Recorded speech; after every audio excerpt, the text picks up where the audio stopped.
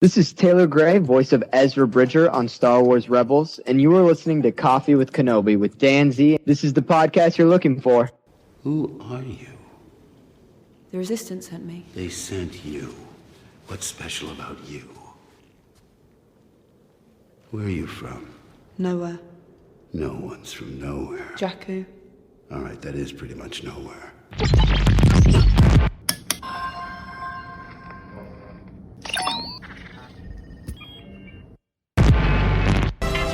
Ezra, can you hear me?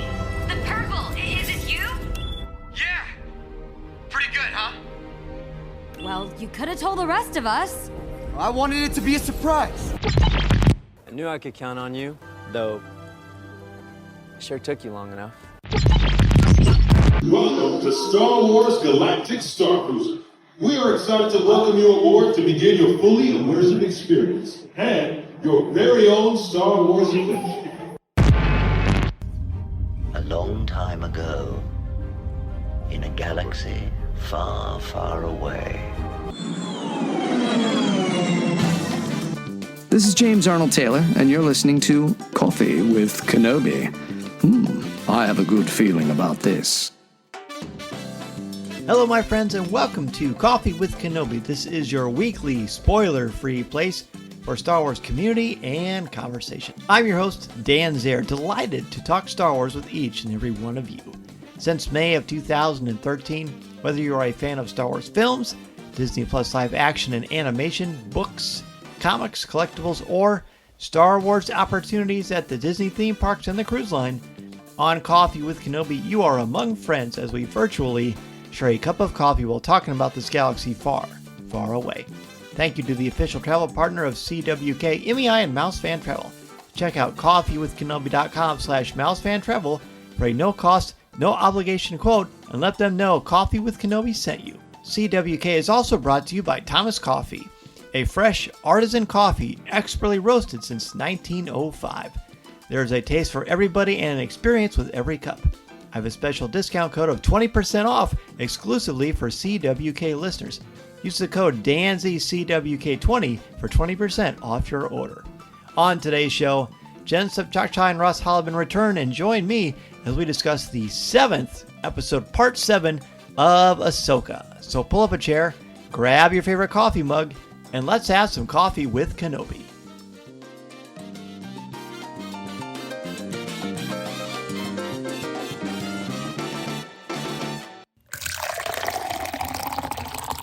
Here we are, friends. It is time to talk about the penultimate episode. I love saying that word. The penultimate episode of Ahsoka. The episode is the 7th. It is entitled Dreams and Madness. And I am, of course, joined by my two co-hosts who are with me every week as we talk about Disney's Ahsoka series, Disney Plus's Ahsoka series. First, Balin's beard himself, Ross Hollebon. Ross, welcome back. Thank you, Dan. It is fantastic to be here and another fun episode. So I'm excited about this conversation today. Balin's beard was brought up several times on the CWK live show the other night. So it's catching. People are listening. Well, and I trimmed it a little yesterday. I'm just like, I need to start getting that point where I can put that edge to it like he has. Mm-hmm. I'm going to, when is Clone Wars-esque. I'm going to do that too. Once I sneeze a couple times. Yeah. Also joining us, the Force is her ally, and she is our ally as well, Jen Sopchockchai. Jen, welcome back. These are friends, all friends.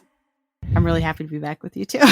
Absolutely, boy. Oh boy, this is sort of a little bit melancholy, isn't it? Because we've got just the second to last one of this, but we're going to have some fun. Let's talk about the episode overall. Let's do one word to describe the episode and overall thoughts. Ross, we'll start with you this time.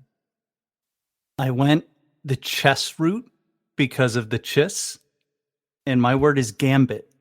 So the sacrifice used to gain an early advantage in space or time.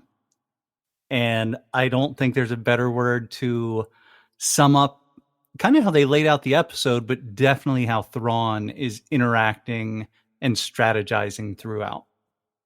Cool. The chess, I didn't even think about the chess motif, but I actually wrote about chess a lot in my review, so that's pretty cool. Jen, what about you? My word for this week is non-judgmental, and I tried to find a noun version of that to make it sound better, but I came up a little empty-handed. Non-judgmental was the most accurate thing, because for me, what was so beautiful about this episode was how so many characters, when they reunited or re-encountered each other, had such an openness with each other and a lack of judgment, and no one got angry with each other, and it was just happy. And so, last week, I'm eating my words a little bit here, because last week I had said I had so much dread about when Sabine finally tells Ezra about how she got there, and the fact I should have known better. The fact that he just is so gracious with her and understanding really was wonderful to see. Excellent. My word for Dreams of Madness is purgatory, because that's how I feel like I am. I'm not quite to paradise yet. That would be hopefully the final episode. I love this one, and in the second viewing, I liked it as well.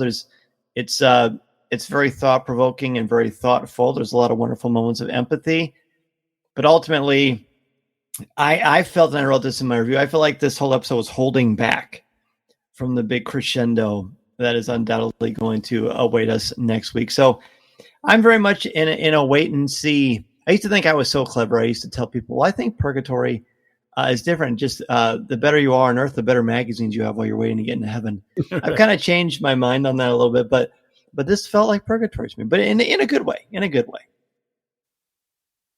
All right, so let's talk about Balin first. I think the thing that made me feel the most held back was that we got nothing from him. We got no indication of anything about his struggles. The only thing we got that was, I thought, quite odd was it almost felt like, or it did feel like, he was dismissing Shin. Like all of a sudden their paths are diverging. But last episode he said, you're not a Jedi, you're something more. So what is going on here? And I'll be honest, I'm always honest. I don't even know why I bothered to predicate it with that. When I watched it the first time, I didn't have the subtitles on because I never do the first time, because I sometimes get distracted by reading it and I just want to experience the visual elements first. But the first time I watched it, I almost understood nothing that they were saying. And then every time Thrawn spoke, I found that extremely hard to kind of follow as well. And maybe that's just because I didn't have a hearing aid in or something like that. I don't actually wear a hearing aid, but I don't know. A lot to kind of figure out there. Yeah, I think everything with Balin, everything with him is coming to fruition. And I think he has been steady the entire time. And I loved it as he's kind of parting ways, and she's shocked. Yeah. But she also sees it as that opportunity, and he calls it out. Take your place in the coming empire. Your ambition drives you in one direction. My path lies in another. So he recognized that I'm trying to bring her here, but she's pulled there.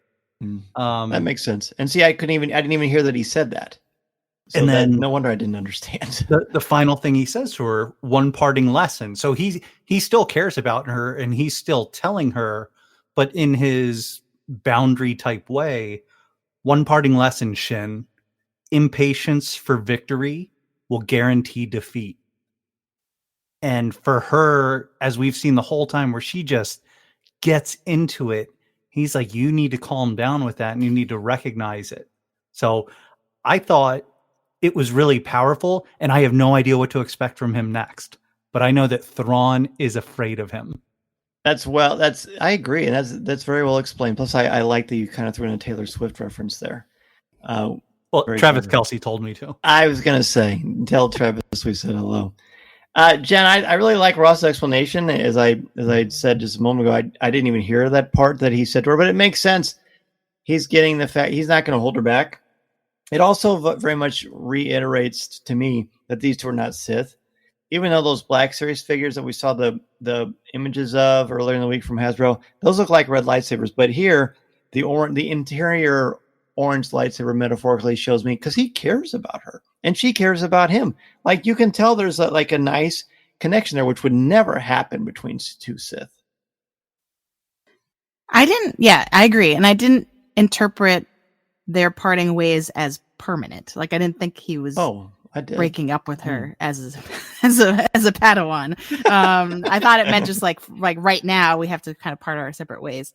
But it made a lot more sense as kind of an echo of the opening scene where Ahsoka, well, it's not the opening scene of the episode, but the first scene we see with Ahsoka when she's listening to the recording of Anakin, because his whole monologue in that recording is, I'm not always going to be around. You have to learn how to protect yourself and make your own choices, basically. Right. And so to me, this seemed like a good master recognizing that his Padawan, his student, was going down a different path.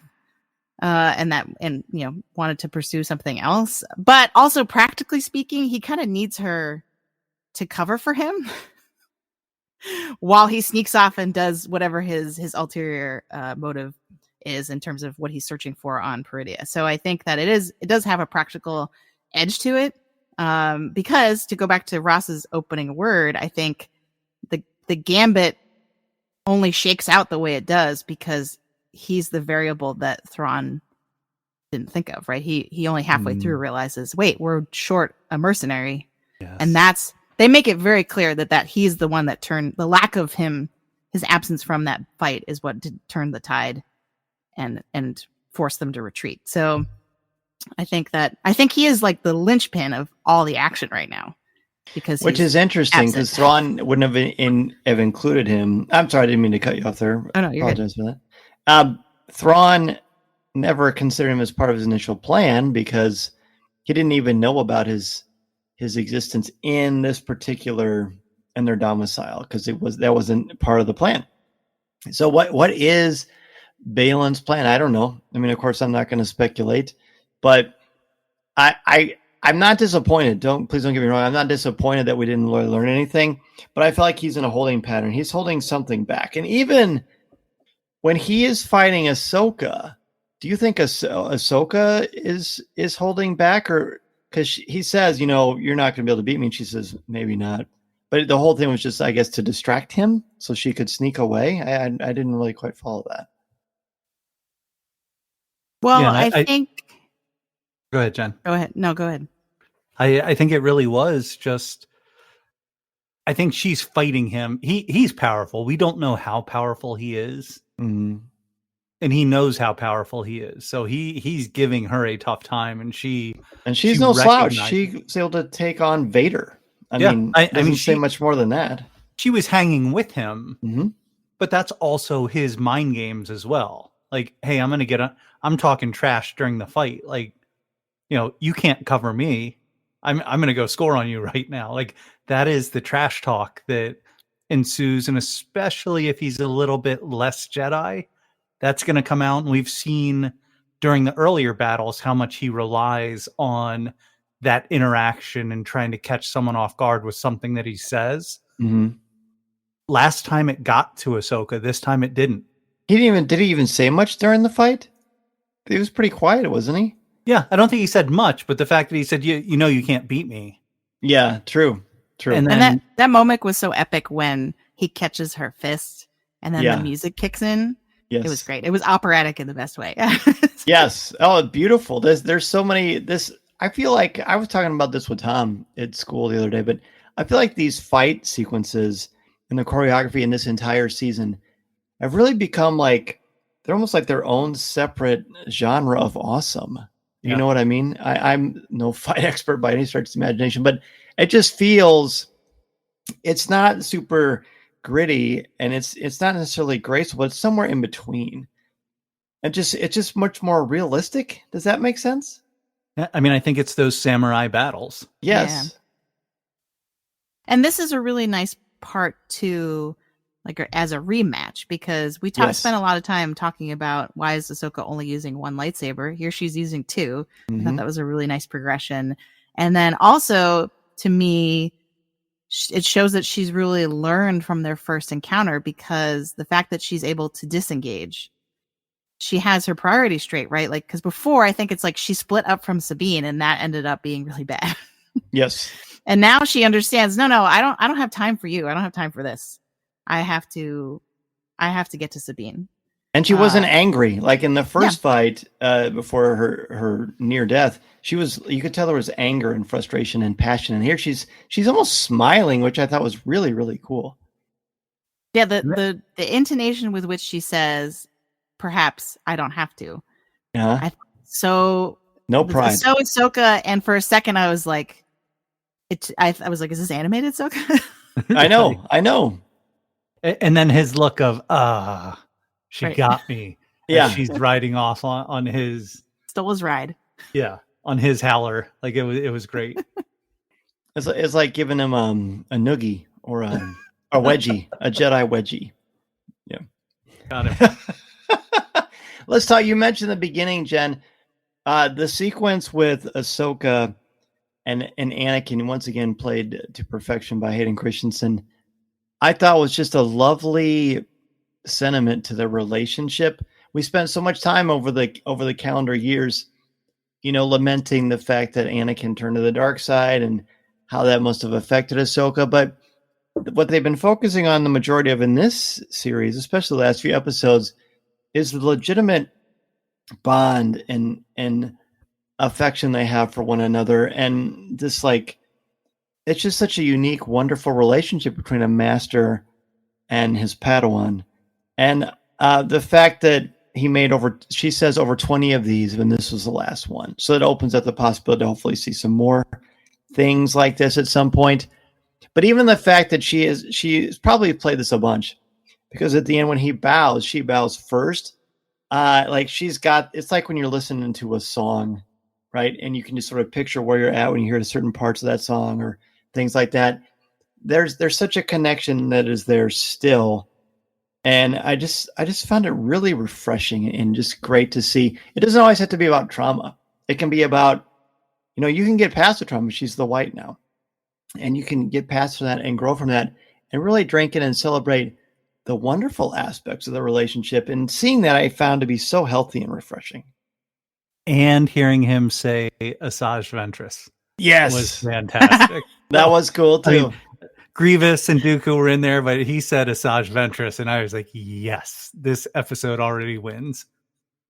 Well, you can't have Night Sisters in a series without mentioning her. So, I thought this was really nice as a reflection of where Ahsoka is and sort of how she's progressed, right? Because I think for me, the line she has where to Huyang, where she says, he was a good master, sort of like being like, no, I was wrong. He was like, I have to keep reminding myself he was a good master, even though, he fell to the dark side. But while he was on the light, he was still a good master. And I think that to me was a direct callback to her time in episode 5, where, she really is struggling with, am I more than Darth Vader? Is Anakin Skywalker more than Darth Vader? Right. Right. So I thought that was really great. And also, like, there's a shot of the wooden box. It's like Chekhov's wooden box. So I feel like we're probably, I know we're not speculating, but like, to me, in the visual language of cinema, that means we're going to come back there at some point. You would think. Maybe not this season, but, and I also thought it was a really nice throwback to in Rebels when Ahsoka walks in on Ezra watching a recording of Anakin, and you realize that he's made lots of these recordings as like general training videos for the Academy, and that his legacy kind of lived on that way as well. And I remember the conversation they have is so great, where Ezra's like, yeah, he's so amazing. Like, he's basically saying, like, he's an amazing teacher. I don't have a teacher. And right. or my teacher's kind of going through something right now. So yeah, I thought that was really nice as well. I really appreciate you bringing up that moment from Rebels too, because there's a legacy there that Thrawn, mentions when he says, so her Padawan was General Anakin Skywalker. And he said, that makes her, dangerous. What's the other word he says? Unpredictable. Unpredictable. Yes. Unpredictable and dangerous. Ross, anything you want to say about the opening with Anakin and Ahsoka? Anything else, or do you want to move on? Well, and I like Huyang just saying, he says, very thoughtful. I never realized. So it wasn't something that necessarily happened. And it, again, shows the personal touch that Anakin put into things that I think you both have said beautifully throughout this time right here. Well, I appreciate that. Chess, I love that you brought up chess at the beginning, Ross. I'd love for you to kind of expand upon that, because I do feel like Thrawn, he does one puzzling thing, which I'm hoping one of you can sort of walk through with me, where he's like, you know what? Let Ahsoka pick her own path, and then we will always be a step ahead of her. How can he be a step ahead of her if she's picking her own path and he doesn't know what she's going to pick? That threw me a little bit, and I'm sure it's just something that I'm overthinking most likely. But talk about the chess aspect of this. But I think it is the moves ahead of time. Like, okay, I know she's trapped in there. I can get away with stuff if she's just sitting in there, but we're going to flush her out so we know exactly what she's doing. It is, I mean, you're trying to force that queen out from the back. You're trying to force the king to move some to be less protected. So as you're setting up the board in that fashion, that's how he thinks in everything that he does with the strategy. And I mean, there is even, we go from this lovely outside shot of the good guys and the bad guys and where they are to all of a sudden this basically digital chessboard that Thrawn's looking over top of. And that's where he recognizes that Balin's gone, because he's looking at all the pieces on the board and says, our side's short one mercenary. Where's Balin's skull? And you see Morgan Elsbeth. She is the Governor Price of this show, because all of a sudden it is just like everything she says to him, he's like, no. And here's why. No, here's why. Wouldn't he be so annoying to be a coworker with?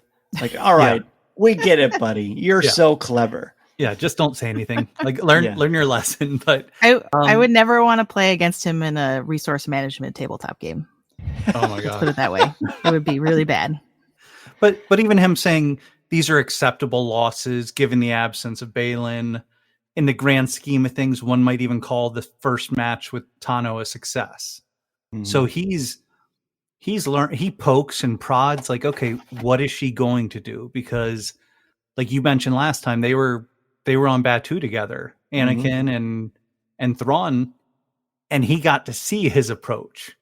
But then he recognized when he worked with Vader as well, like, oh wait, this is the same guy here, and he still has impulse control problems. Oh, that's putting it mildly. Yeah. So, well, I'm trying to think through the Thrawn way of saying things. Right. So I would imagine him thinking. Sure. No, that's a good point. And now I have a new nickname for you. You are the Bobby Fischer of Star Wars. I love how you explained that. That actually made it make a lot of sense. So thank you. Yeah, I'll take it. So, Jen, anything you want to add about Thrawn? I find Thrawn to be so creepy, and he's extra creepy in this. Like, we still don't know his connection with the Night Sisters and his very macabre aura that is his army. But he's even more smug than before. But what I like about this interpretation of Thrawn is he's still the same Thrawn, but I feel like he's so in a hurry to get off this planet and get out of this galaxy that I maybe this is just me imagining it, but I feel like he's acting in such a way that he's still plotting and very purposeful in what he does. But I also sense a lot of anger and a lot of that's very much barely contained beneath the surface. And I also get a sense of he's under the clock. You know what I mean? And it's going to be interesting to see how that plays out. Yeah, I think he doesn't like being outmatched. And he's had 10 years in exile to stew about how Ezra outmatched him, right? So he should be angry. But I think that this episode showed in a way that we didn't see last week, I think, that he has a primary objective, right? Because the thing he talks to Morgan about is he's like, we can't just react to everything as it's happening. We have to prioritize our main objective, which is to kind of load up the Chimera and then get out of here, right? And he's like, and if that's our measurement of success, like we're still doing that, and that's still okay. So I think he's playing the long game, certainly, and he's not going to get to someone who's not going to get distracted by reacting to the opponent, right? He's willing to wait it out. To me, he would be a perfect student in my class, because one of the huge things that I teach is know your audience. And everything you write should consider who's going to be reading it and kind of what you know about them and their values and their approach to the topic and all that kind of stuff. And Thrawn would get an A in my class probably because that's all he does. All he does is research and then try to take his opponent into account with his strategy. So I think the scenes that we got in this episode showed that really well. I like that. But I said it was really hard to get an A, so Thrawn could do it. Probably, yeah. I think he could. He's willing to put in the time. Yes, he is. Now I really hope he gets out of that other galaxy. Yeah, that'll be interesting. So the let's talk about Ezra and Sabine. I feel like that would be sort of important to talk about the two of them. I'm not going to start with this one. I want to see where you two want to take it. Ross, you're the resident Sabine de facto expert, so where would you like to take us when it comes to Sabine Wren? I think just seeing them in place. So I had talked last time about needing to get used to Ezra. I feel so much more comfortable good after seeing them in their little metal pod thingy that they're driving around with the Nodi, their Nodi wagon. But as they're sitting there just kind of talking with each other and reading each other, it really is one of those things like where you haven't seen a friend for years, and then it's just like old times again, and you're getting into jokes about each other, mannerisms, things like that. So I thought that was fantastic and very warm, and they brought so much out of each other, even when they did hit sticking points about, oh, it's complicated, right? Those are the same conversations that they had at times with Rebels. So it was fun to see that put in place. And Sabine is just, she got to show her warrior side big time again. Like we're getting to see her shoot fire out of her wrist while holding a lightsaber. And it's just like, oh, this is awesome. That was cool. But yeah, I think she's in a good place. And I think she's very humbled and curious, not only especially by the connection with Ahsoka when that happens, when Ahsoka's still in space, but then when she's down there talking and she's just like, yeah, I thought you were dead. And she's just kind of in disbelief that she's seeing her again.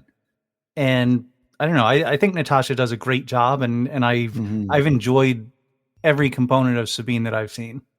She's great. She's absolutely great. Is Ezra being too patient? I mean, he's had to wait a really long time. And he's like, I want to get home. Can't you tell me? And he's I keep trying to walk through Ezra, what he's like in Rebels. And it's been a while since we've seen him anyway. So he's aged and matured, and he was already extraordinarily mature anyway. So I feel like it does fit his character, but there were several times when I thought, and I know this is part of what they're doing. Like it's almost like watching WWE. Like just when you think they're going to make a big reveal, then they tease you. Like, and Mason even said aloud, "Oh, come on," because I wanted to see Ezra's reaction to this. And Sabine is still now. Let's be honest. Sabine is a stuffer, right? She keeps her emotions inside. We've seen this throughout the history of her almost 10 years of this character. So that all tracks too. So it's kind of deliciously frustrating that she's not just explaining everything. And I think it just adds to that tension where there's a lot of positivity going on, but there's an underlying tension. And I think we've seen through them before that once they're ready, they both know that once the other one's ready, that they will open up about things. Like that's happened about Ezra's parents, his birthday, Sabine's family, and the thing that she built for the Empire previously.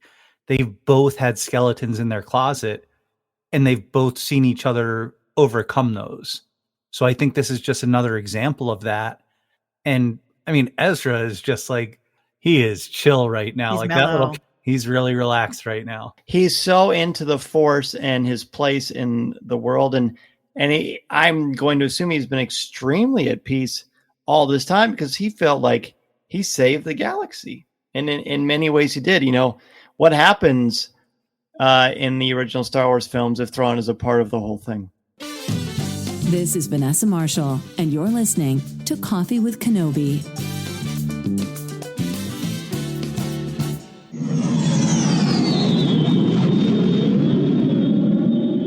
Coffee with Kenobi is brought to you by Thomas Coffee. Thomas Coffee started in 1905 and has grown and established itself as a premier coffee. They have over 25 different flavors of coffee, including classics like almond, hazelnut, and French vanilla. And if you are more of a person that doesn't want flavored coffee, they have 5 different single origin coffees with a variety of different blends and roast profiles.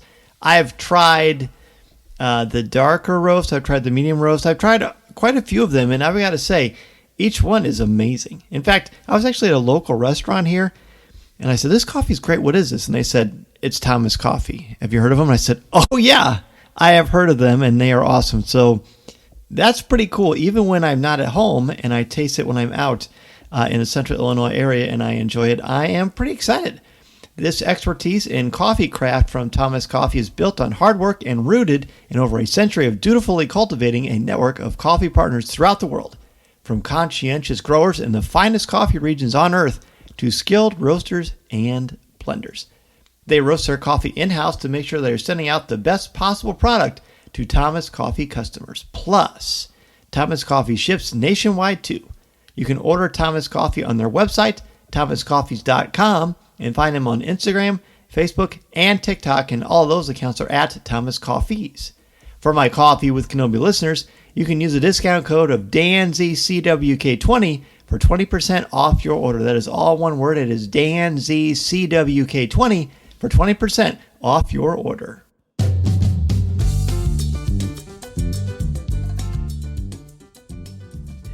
To me, I think he did get Sabine to open up. I think he did make a little bit of a breakthrough. I mean, she didn't come out and say, "Oops, I gave Thrawn away to go back." We haven't had that conversation. Although I feel like at this point, Ezra probably knows. Yeah, he's not dumb. You know what I mean? Like, he'd have to be pretty naive to not be like, "Oh, there's like another pseudo Jedi showing up here and everyone's trying to attack us. I wonder why that could be." Right. So I feel like there was a sign of kind of like breaking down that barrier between them. Because, I agree. And he does it so gently, right? He says like, "Well, we could talk about something else, but you know, getting home is kind of important." And then he just like, you know, he just opens the door for her again. And then finally she starts talking about how Ahsoka took me on as an apprentice, and his reaction and her reaction to that gold. So amazing. Where he's like, "Wait, what? Why?" Yeah. And he's like, "Oh, wait, yeah, congratulations." How her face sours. Like just how her face narrows at him. Like, can't believe you just said that. And then he tries to backtrack it to me, it was pitch perfect. Agreed. The most striking thing about their scenes were the way that they were shot, because it, through the sort of language of the editing, showed that they really are like an unconditionally united front. Like, no matter what, like I got the impression that nothing, even Sabine revealing what the cost was of her getting there, is not going to break them apart. Because, you know, in traditional filmmaking, there's usually, when two people are having a conversation, they do what's called a shot reverse shot, where it's like you kind of flip back and forth between the two characters talking to each other, and usually it's like maybe a shoulder of the other person is in the shot, but with this we never left both of their faces. Right. It was like even when they were going back and forth, it was a 2-shot. And I feel like just the way that everything was composed with them cinematically really just like created the subtext, like, no, they're a pair, they're together. And we saw that happen and come to fruition in the fight, right? They worked really well together. Yeah, they were like two Mellorunes in a bag. You've been holding on to that. Hey, that was good. That was good, man. I don't know. A bumper sticker.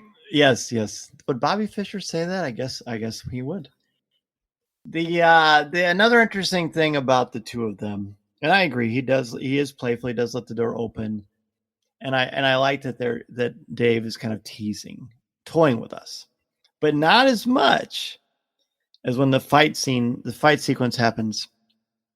And all along I'm thinking to myself, oh, I even said aloud, I cannot wait till he ignites that lightsaber. This is gonna be like a Luke Skywalker Return of the Jedi or the Last Jedi moment, or just Kanan pulling out I'm about to let everybody in on the secret, turning on, igniting his lightsaber.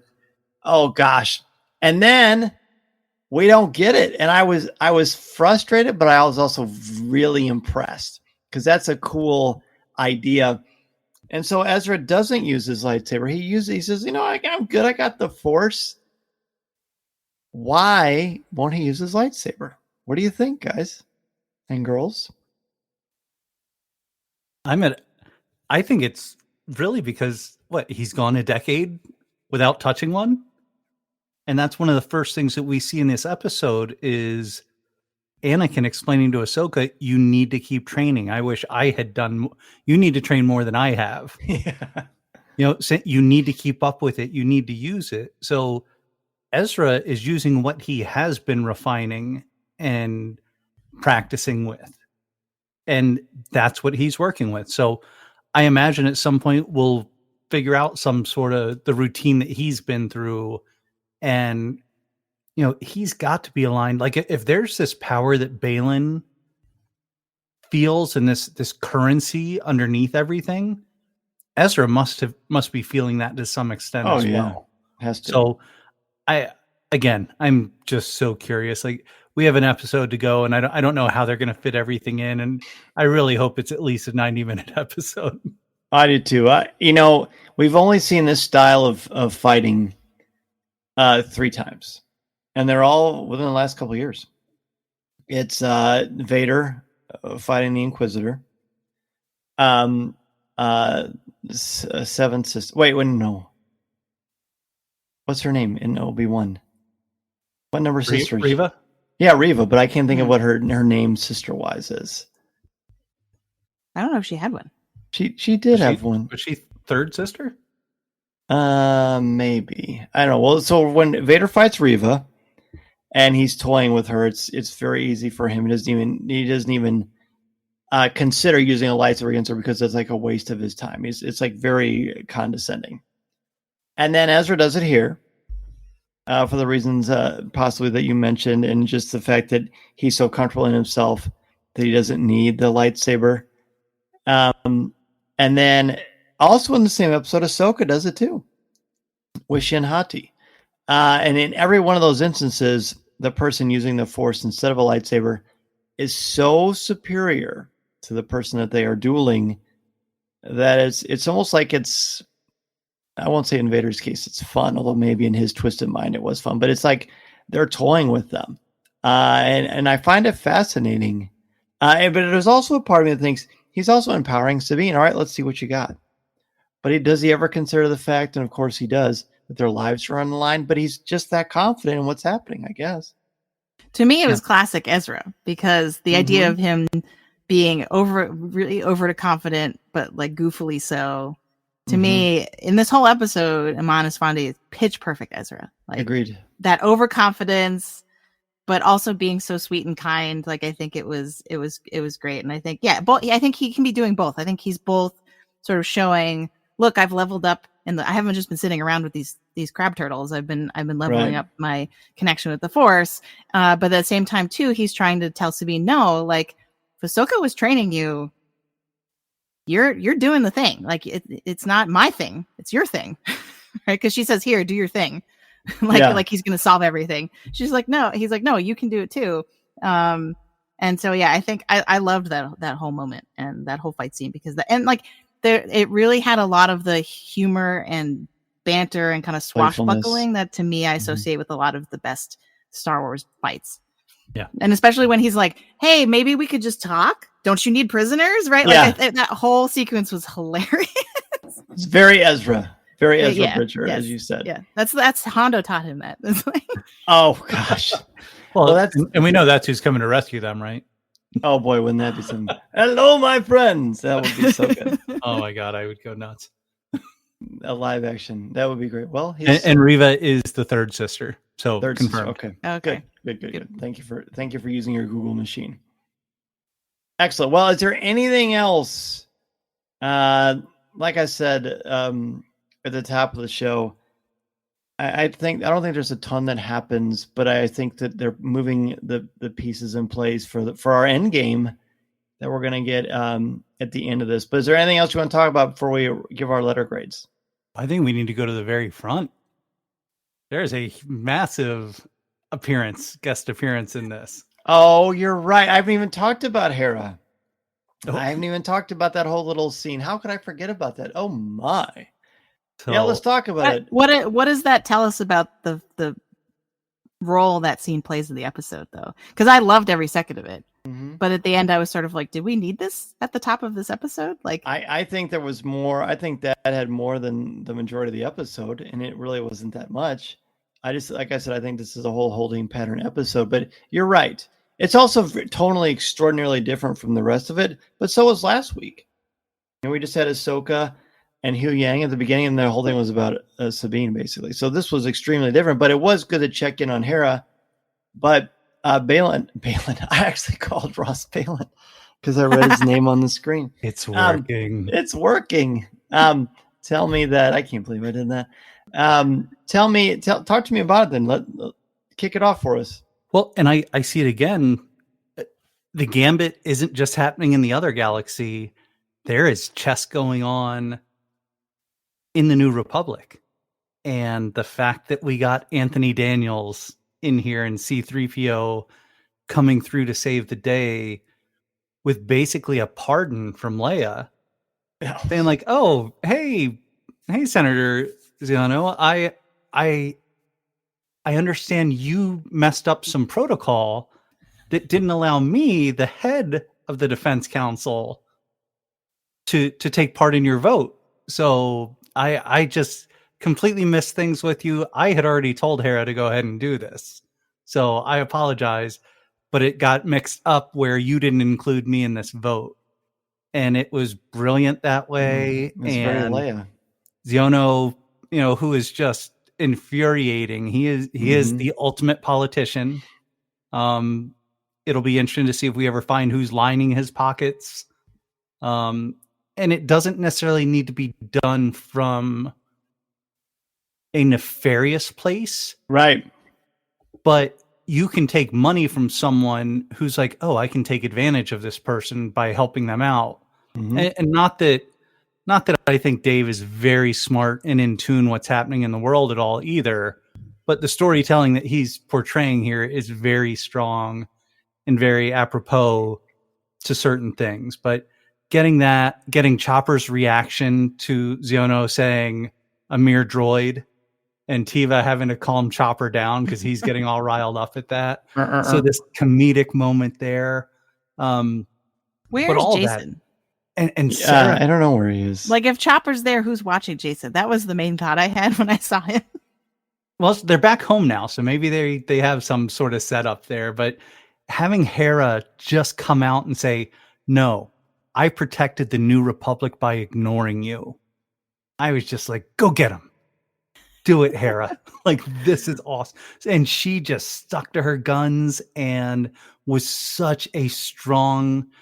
She was the hero that Vanessa Marshall has voiced and that has come out of all these stories. And now Mary Elizabeth Winstead is bringing to life this way. And it's just super exciting to see it.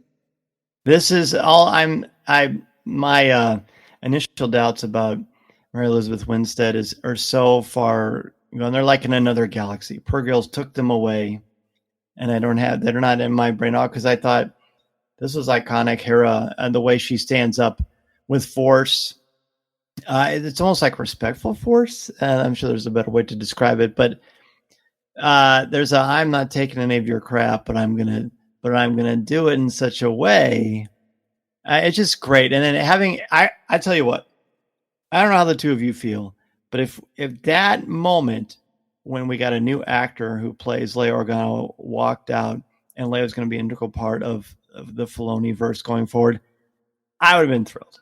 I would have been absolutely thrilled to see it. I don't think it would have been a disrespect to the memory of Carrie Fisher, because she helped create this incredibly nuanced, powerful character that's so important to the Star Wars universe. So just that they use Leia in any way, we know we don't get to see her, that having 3PO be her emissary, and of course, seeing Anthony Daniels again was just terrific. So that, I thought it was a masterstroke. It was really a nice highlight. And what I like about this, and having Mon Mothma back is great, because it's just so nice to see her, especially after Andor. None of this ever feels like forced gimmicks or fan service, which is, whenever I hear fan service, that just makes me want to scream, because I just can't stand that. Well, to me, because I don't think that's a real piece of description or like criticism. I think it's, I mean, of course, all these, everything is tied in together. So the fact that they're doing that, I think, is a masterstroke. Love it. Yeah, and it makes sense in the story, right? Because so often all of the New Republic scenes we've seen between Mando and this are showing that bureaucracy is the New Republic's downfall, right? And so it makes perfect sense to me that Leia would be the one to know you have to fight fire with fire, right? And that they're like, I'm just going to out loophole you and out protocol you and use your own, ridiculous bureaucracy against you. And that's how I can kind of keep this going. And so I think, to me, it made perfect sense. My only note for the scene was that my guy, Admiral Akbar, didn't have a line. Was that supposed to be Akbar? I think so. It's the right time. And he's wearing it is. That would make sense. He's wearing kind of a similar costume to what he's wearing in Return of the Jedi. So True. I just wasn't sure if it was him or not. But yeah. I guess it might not be. I just assumed it was because he was sitting next to Mon Mothma. Well, that makes sense. That would be, was it Tim Rose? Yeah, that was cool.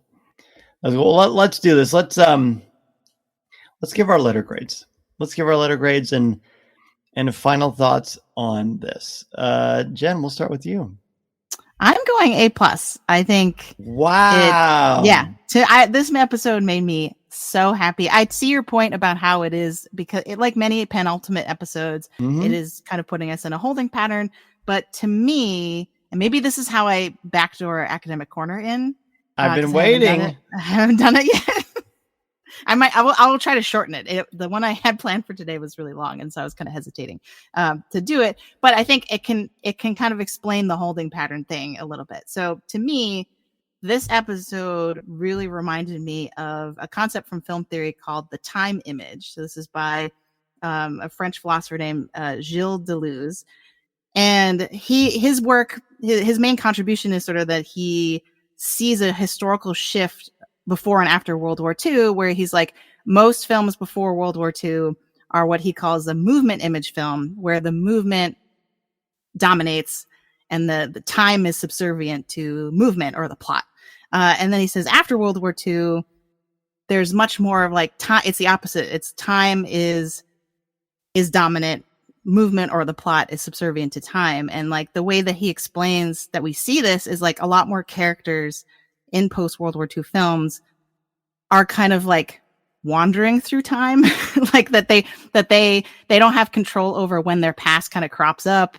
And he describes these like barren and abandoned landscapes that became so prominent in Europe after World War II that people just didn't know how to relate time and space anymore. And so to me, this episode, especially with Balin, like the looks he gives where he's just like staring across the plains, right? And that he's like, the quote I have, and then I'll stop, sorry, is you got me going. I really shouldn't have started this. So Deleuze says, in Europe, the post-war period had greatly increased the situations which we no longer know how to react to, in spaces which we no longer know how to describe. These were any spaces, whatever, deserted but inhabited, disused warehouses, waste grounds, cities in the course of demolition or reconstruction. So to me, this is Peridia. And these any spaces, whatever, a new race of characters was stirring, a kind of mutant. They saw rather than acted. They were seers. And so to me, this describes so many of the characters in this episode, because they're not like going anywhere or progressing anything. They're just sort of relating to each other and to their past, and kind of there are all these reunions and re-encounters. And so to me, that kind of is like a very, esoteric way of explaining why it's a holding pattern episode. I like it. I think that's great. And don't ever apologize for being awesome. It's fantastic. So Yeah, is it your I love first A+? being on here with two really smart people. Oh, I could say the same thing, and I do. Was this your only A+? I gave episode 5 an A+. Okay. I thought so. All right. What about you, Mr. Beard? I enjoyed it, and it was action-packed, edge of my seat for most of the time, and there were things that I loved, but something about it didn't quite hit me the same way as the past couple.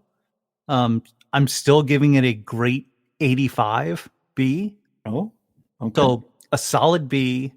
But I think it is that lull before the storm. Like we hit some really high points, and this was the big inhale before it all comes out in the last episode. I'm going to give it an A-. I don't think I've given anything less than an A, and because I think this season is just a tremendous gift. This is the first episode. I've said the entire thing that every week it's better and better. This week, I don't feel that way. I feel like it holds the pace and takes a step to the left and just a little bit back. And that's not bad. Like they can't all be crescendo, can't all be rising action, up and away kind of stuff. There's nothing wrong or flawed. I wouldn't change a thing about the episode. I wouldn't. I thought it was terrific. I want to see a little bit more into the window of Balin's mind, but maybe that's just going to lead to quite a finale with him. And I see what you're doing with your beard there, Ross. See, this is why maybe we should do the video for this. So I really liked it, but I don't hold it in the same esteem as I do the others, even though there's some rewarding moments. And we didn't mention this, but when Ahsoka and Ezra reunite and Rosario Dawson gives us this gleeful laugh that is just completely euphoric, I had goosebumps. It just felt like it was a great hug. It was just wonderful, and she was so happy. And I'm like, well, this is just terrific acting, and it's really making me feel this moment. And I was so I feel like I get choked up. I really like the execution of that. It made me feel that Ahsoka the White was here to stay. Like yes. that, like because you know how we had some concerns about that last episode with that one scene where she's in the ship with Hu Yang, and I feel like this was like you could just see her wisdom, right, and her kind of enlightenment shining through at every turn, and the way that Sabine kind of cringes a little like Ahsoka, like I know I did, like are you mad at me, like kind of like a dog when they know like or one of my kids when they're like they know that they when they know they spilled paint all over the floor and they're like mom. And so I feel like that was kind of her Ahsoka like, and then she's cringing, right, like bracing herself, and then the way that Ahsoka just smiles. And then Sabine realizes, oh, we're okay, and smiles back. It was just so beautiful.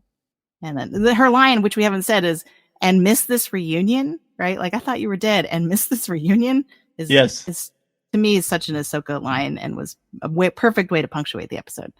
And she has a lot of lines like that in this episode where just with her playfulness with Hu Yang, and which was sorely missing in that first episode. But now we, as I figured, or I was hoping, it's all working out just great. And Star Wars is all about hope.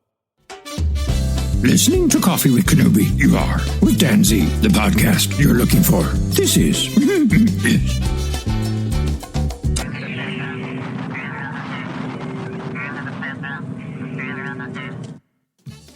Can confirm. Oh, hey, I can also confirm that it is an absolute blast naturally to have the two of you on, because you're both so awesome and add so much to the Coffee with Kenobi family. So I appreciate you both so much.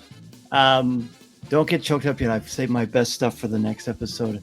Tell them how much I appreciate the two of you. Ross, please let everybody know what you've got going on and where people can find you. Yeah, so at Ross Hollebon on Twitter, at Popstar Indie on Instagram. I've got a couple podcasts here and there going on, but the one last thing I want to say is I love how Filoni doubled down on Dreams and Madness from the previous episode. You called that last week. And even Ziono saying this report reads like a child's fairy tale. Jedi, false Jedi, star maps, star whales, distant galaxies. Way to go, Dave. It's so appreciated. I love it so much. And Jen, what about you? That was great, Ross. You can find my writing at thelongtake.substack.com. I'm doing weekly, basically essays, I think I have to call them at this point, on every episode of Ahsoka.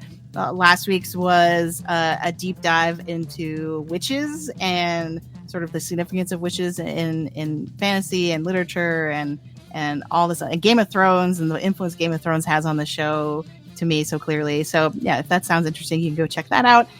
You can also find me on Instagram and Threads at Sopchockchai, Sopchockchai. And the Long Take also has a podcast. It's a film podcast with one eye always on the Oscar race, and actually with Rebel Base Cards, Greg Cass, and my other regular co-host, PT McNiff. We just recorded 2 hours giving summer superlatives. So wow. It's basically a celebration of kind of all the movies we saw over the summer, and some rants about a couple movies that we watched and didn't really care for. So if that sounds interesting, you can also check that out. A big thank you to Jen Sopchockchai and Ross Hollebon for joining me each week as we discuss and review this incredible series, Ahsoka on Disney+. Only one more episode to go, and I not only can't wait to talk about it, but I can't wait to talk about it with each and every one of you. CoffeeWithKenobi.com is the place to go for Star Wars news, announcements, reviews, videos, and so much more. The official travel partner of Coffee with Kenobi is MEI and Mouse Fan Travel. Go to coffeewithkenobi.com/mousefan travel for a no-cost, no-obligation quote. They will help you plan your magical vacation to all things Disney, including the East and West Coast homes of Galaxy's Edge, Walt Disney World, and Disneyland. And if you're looking to book that Disney cruise, Mouse Fan Travel can help make things as easy as possible and give you that peace of mind we all appreciate when planning our family vacation. Becky Menken and her incredible team can also help you plan your trip to Star Wars Celebration or any vacation you have been dreaming about worldwide. Any of the 50 states, Europe, and beyond. MEI and Mouse Fan Travel are experts in travel all over the world. Plus, booking with MEI and Mouse Fan Travel is a great way to support Coffee with Kenobi. Again, the website is coffeewithkenobi.com/mousefantravel. As an avid coffee lover, it is my honor to partner with Thomas Coffee, the official brew of Coffee with Kenobi. They have offered us an exclusive code for CWK listeners. Head over to thomascoffee.com to check them out, and make sure to use the discount code of DanzyCWK20 at checkout to save 20% on your order. That's DanzyCWK20 at checkout to save 20% on your order. CWK Live is Tuesday nights at 7 o'clock p.m. Central Standard Time. Go to coffeewithkenobi.com/live to join us on both Facebook and YouTube. The CWK Cafe is our Facebook group, coffeewithkenobi.com/community. It's for Star Wars thoughts, comments, reviews, and opinions in a family-friendly, spoiler, and drama-free place. Coffee with Kenobi is possible because of the members of the CWK Alliance. Thanks to you, this podcast, CWK Live, event coverage, and so much more is able to be possible. Find out how you can help the show for as little as $1 a month by joining the CWK Alliance, and you will receive access to CWK Prover, an exclusive weekly audio and video podcast not heard anywhere else. Plus, you can also listen to CWK Prover on Spotify. Members at the CWK Alliance All-Star level receive a video edition of CWK Prover and access to a private Facebook group as well. Plus, CWK Alliance Grand Masters join me for a monthly live video call. To find out more or to sign up to be a CWK Alliance member today, go to coffeewithkenobi.com/CWK Alliance. And 10% of your monthly contributions to the CWK Alliance go directly to the St. Jude Children's Hospital. You can reach out to me at email. You can email me, Danzy at coffeewithkenobi.com. Connect with me on Twitter at Mr. Zer, MRZEHR, on Instagram at DanZerCWK, or on LinkedIn. You can find Coffee with Kenobi on Twitter, Instagram, Pinterest, or TikTok. You can give the show a like at facebook.com/coffeewithkenobi. And you can also subscribe to Coffee with Kenobi's YouTube channel, where you can find over 700 videos, past live shows and events, and this podcast. If you have a moment, please take a couple of minutes to rate and review the show on Apple Podcasts, Spotify, plus both, whatever, on Google Podcasts. If you like the logo, go to coffeewithkenobi.com/shop for CWK t-shirts, hoodies, laptop covers, pillowcases, and so much more.